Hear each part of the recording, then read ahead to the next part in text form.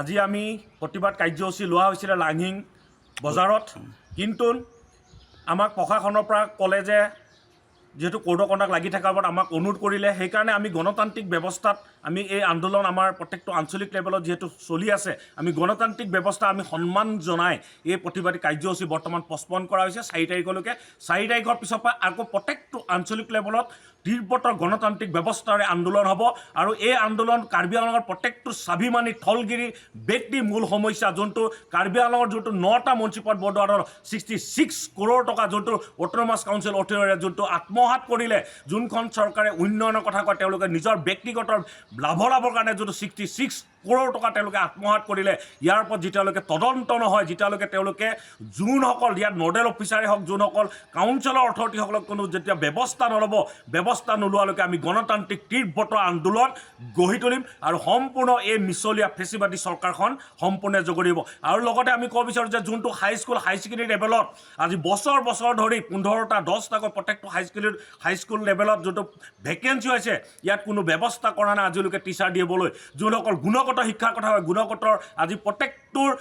ল'ৰা ছোৱালী যোনটো উঠি অহা জেনেৰেশ্যন যোনটোৰ মানৱ সম্পদ গঢ় তোলা যোনটো বিভাগ এই বিভাগটোৰ তেওঁলোকে আজি সাধাৰণ ৰাইজে ইয়াত শিক্ষাৰ্থীসকলে ইয়াত বঞ্চিত হৈ থকা আমি লক্ষ্য পাইছোঁ ইয়াত সেইটোৱে আমি ক'ব বিচাৰোঁ যে এই চৰকাৰখন এখন মিছলীয়া ঠগবাজ চৰকাৰে তেওঁলোকে এই কথাবোৰ তেওঁলোকে কৈ গুণগত শিক্ষা আজিলৈকে কিন্তু 10টা 15টা প্ৰত্যেকটো কাৰ্বি আংলং প্ৰত্যেকটো 900টা ভেকেঞ্চি হৈছে সৰু এখন ঠাইত যদি 900টা ভেকেঞ্চি হৈ থাকে আটাইতকৈ দুৰ্ভাগ্যজনক কথা ইয়াৰ ওপৰত কোনো নাই সেইকাৰণে আমি ক'ব বিচাৰোঁ যে যোনজন এডুকেশ্যন যোনটো ৰিচাৰ্চ ৰবি ডাঙৰীয়া সম্পূৰ্ণ জগৰীয়া তেওঁ হ'ব আৰু অট'নমাছ কাউন্সিলৰ